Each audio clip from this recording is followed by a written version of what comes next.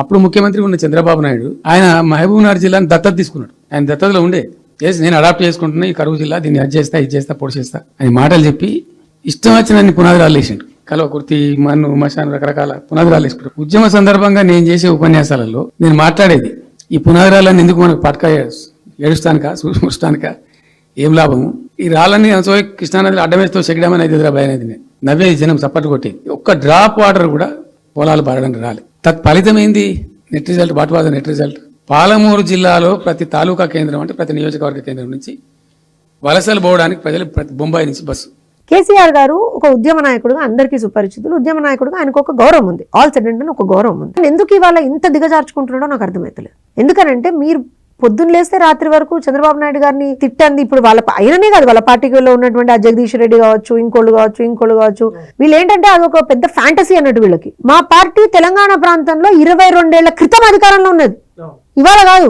2004 నుంచి మేము అధికారంలో లేము. 2004 నుంచి మీకు అత్యంత ఆప్తులైనటువంటి కాంగ్రెస్ వాళ్ళే అధికారంలో ఉన్నారు. ఆ కాంగ్రెస్ పార్టీలో నా పార్టీలను విలీనం చేస్తానని మాట్లాడింది ఇదే కేసీఆర్. మరి తెలంగాణ రాష్ట్ర ఫార్మేషన్ ని అడ్డుకున్నటువంటి పార్టీ కాంగ్రెస్ పార్టీ కదా. పార్లమెంట్ లో ఎవరు పేపర్స్ కొట్టిండ్రు? కాంగ్రెస్ నాయకులు కొట్టిండ్రు. మరి ఆ రోజున కాంగ్రెస్ ఎందుకు తిట్టలేదు? టీడీపీని తిట్టుకుంటూ కూర్చున్నాడు. ఇవాళ కూడా అధికారంలో ఉన్నది ఎవరు? కాంగ్రెస్ పార్టీ. ఎవరి గురించి మాట్లాడాలి నువ్వు అధికారంలోకి రాక ముందర ఉన్నది ఎవరు? కాంగ్రెస్ పార్టీ. ఎవరి గురించి మాట్లాడాలి నువ్వు? తెలుగుదేశం పార్టీ గురించి, చంద్రబాబు నాయుడు గారి గురించి ఎందుకు మాట్లాడుతున్నాడు? అదే మహబూబ్నగర్ జిల్లా గురించి వద్దాం మనం. పాలమూరు, రంగారెడ్డి, అక్కడ విపరీతమైనటువంటి మైగ్రేషన్ కదా. ఏం చేసినావు మరి నువ్వు?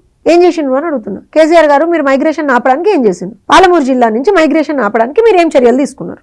ఇంకోటి ప్రాజెక్టుల గురించి మాట్లాడుతున్నారు. జూరాల ప్రాజెక్టు కాంగ్రెస్ నెగ్లెక్ట్ చేస్తే 400 కోట్లు జూరాల ప్రాజెక్టుకి అలాట్ చేసుకుని రిలీజ్ చేసుకుని జూరాల ప్రాజెక్ట్ ని కంప్లీట్ చేసి ప్రజలకి అంకితం చేసినటువంటి పార్టీ తెలుగుదేశం పార్టీ. ఆ ప్రాంతానికి మంచి చేయాలని చెప్పి పాపం కంకణం కట్టుకొని కూర్చున్నటువంటి వ్యక్తి చంద్రబాబు నాయుడు గారు. 400 కోట్లు రిలీజ్ చేసి పని చేయించి దాన్ని కంప్లీట్ చేసినటువంటి చరిత్ర మాది. మమ్మల్ని పట్టుకొని మీరు మహబూబ్నగర్ జిల్లాకి ఏం చేయలేదు, చంద్రబాబు నాయుడు గారు ఏం చేయాలంటే మహబూబ్నగర్ జిల్లాకు ఒక పెద్ద శాపం అనేదో అన్నారు. ఏంటది? ఏం మాటలు అవి?